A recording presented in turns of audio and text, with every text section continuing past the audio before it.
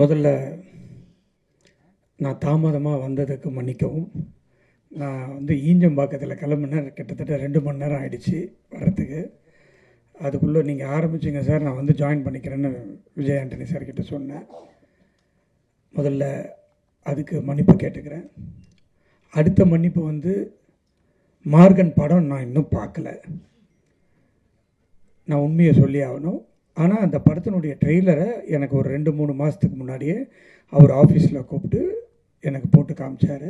அப்போவே அது எனக்கு ரொம்ப பிடிச்சிருந்தது, ரொம்ப நல்லா இருந்தது. அதில் அஜய் ரொம்ப நல்லா நடிச்சிருந்தாப்புல, லியோ ஜான் பால் டைரக்ட் பண்ணியிருந்தார். ஒரு இன்ட்ரெஸ்டிங்காக, ஒரு டிஃப்ரெண்ட்டாக இருந்தது. அப்போவே நான் அவர்கிட்ட சொன்னேன், சார் இது ரொம்ப நல்லா வந்திருக்கு அப்படின்ட்டு. 2 நாளாக நான் ட்ராவலிங்கில் இருக்கிறதுனால பார்க்கல. நிச்சயமாக இன்றைக்கி நைட்டு நான் படம் பார்த்துருவேன் சார்.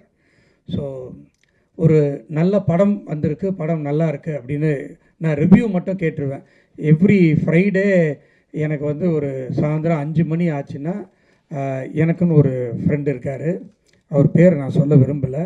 அவர் கரெக்டாக சொல்லிவிடுவார், சார் இது வேலைக்கு ஆகாது சார், இது வேலைக்கு ஆகும் சார், இதுதான் சார் ஷேரு, உங்களுக்கெல்லாம் தெரியும்னு நினைக்கிறேன் யார் அவருன்னு, இவ்வளோ ஷேர் வந்துடும் சார் அப்படின்றது கரெக்டாக ஃபஸ்ட்டு டே ஒரு ஷோ முடிஞ்ச உடனே அவருக்கு பேசினேன். சார் இந்த படம் எப்படி இருக்குது, அந்த படம் எப்படி இருக்குது, அந்த படம் எப்படி இருக்குன்னு லைனாக இவர் தனஞ்சயன் சார் சொன்ன மாதிரி வாரத்துக்கு நிறைய படங்கள் ரிலீஸ் ஆகிறதுனால நல்ல படங்கள் கூட ரீச் பண்ண முடியாமல் போயிடுது.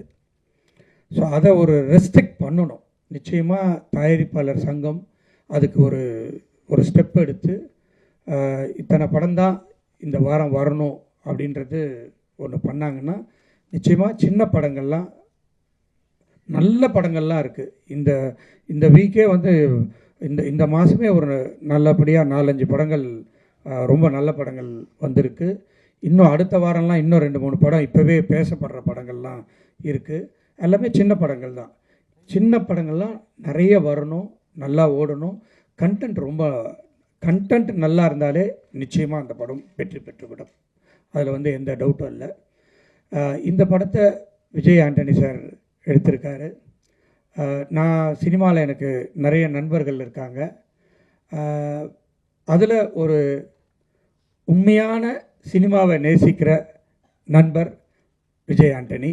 அவர் சம்பாதிக்கிறத எல்லாத்தையுமே சினிமாக்காகவே போட்டு சினிமாவிலேயே செலவு பண்ணிக்கிட்டு எடுத்துகிட்டு இருக்காரு.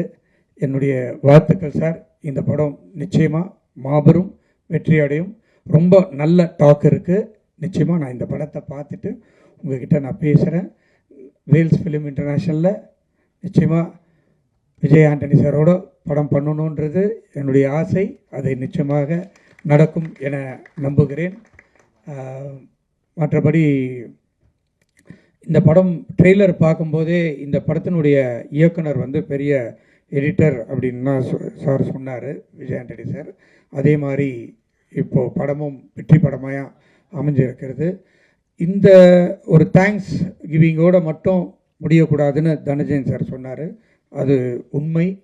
ஏன்னா படத்தை பட்டி தூட்டி எல்லாம் எடுத்துகிட்டு போய் சேர்க்கறதுக்கு படம் ரிலீஸ் ஆனதுக்கு அப்புறமா நிறைய ஒர்க் பண்ண வேண்டியதாக இருக்குது. இந்த காலத்தில் படத்தை ரொம்ப ஈஸியாக எடுத்து முடிச்சிடலாம், அதில் எந்த விதமான பிரச்சனையுமே இல்லை. ஆனால் அந்த படத்தை ரிலீஸ் பண்ணுறது தான் ரொம்ப ரொம்ப ரொம்ப ரொம்ப கஷ்டமாக இருக்குது. அந்த நிலைமையை மாற்றணும். அதுக்கு நிறைய பேர் ஒன்றா சேர்ந்து அதுக்கான வேலைகளை செஞ்சாக்கா நிச்சயமாக தமிழ் சினிமாவை தூக்கி நிறுத்த முடியும். இன்றைக்கு தமிழ் சினிமாவால் நிறைய பேர் வாழ்ந்து கொண்டு இருக்கிறார்கள், அதை நேசித்து கொண்டு இருக்கிறார்கள். நான்லாம் சினிமா லவ்வர். எந்த படம் ரிலீஸ் ஆனாலும் அந்த படம் நல்லா இருந்தாலும் நல்லா இல்லைனாலும் தேட்டரில் போய் உட்காந்து ஆடியன்ஸோடு பார்த்தா தான் எனக்கு திருப்தி. இப்போ சார்கிட்ட கேட்டிருந்தால் கியூப் எனக்கு எப்போவோ அனுப்பிச்சிருப்பாப்புல, நான் பார்த்துட்டு இருப்பேன் வீட்லேயே. பட் எனக்கு அது பிடிக்காது. தேட்டரில் போய் உட்காந்து ஆடியன்ஸோடு பார்த்தா தான் அந்த படத்தை ரசிக்க முடியும். அதில் நடிச்சிருந்த 2 ஹீரோயின்ஸும் ரொம்ப நல்லா நடிச்சிருந்தாங்க. நிச்சயமாக இந்த படம் வெற்றி அடைய வேண்டும், பெரிய வெற்றி அடைய வேண்டும். விஜய் ஆண்டனி இன்னும் நிறைய படங்கள் தயாரிக்க வேண்டும், நடிக்க வேண்டும், அதில் என் பங்கும் இருக்க வேண்டும் என்று கேட்டுக்கொண்டு விடைபெறுகிறேன். நன்றி, வணக்கம். செய்திகளை உடனுக்குடனும் துல்லியமாகவும் தெரிந்து கொள்ள சப்ஸ்கிரைப் பண்ணுங்க.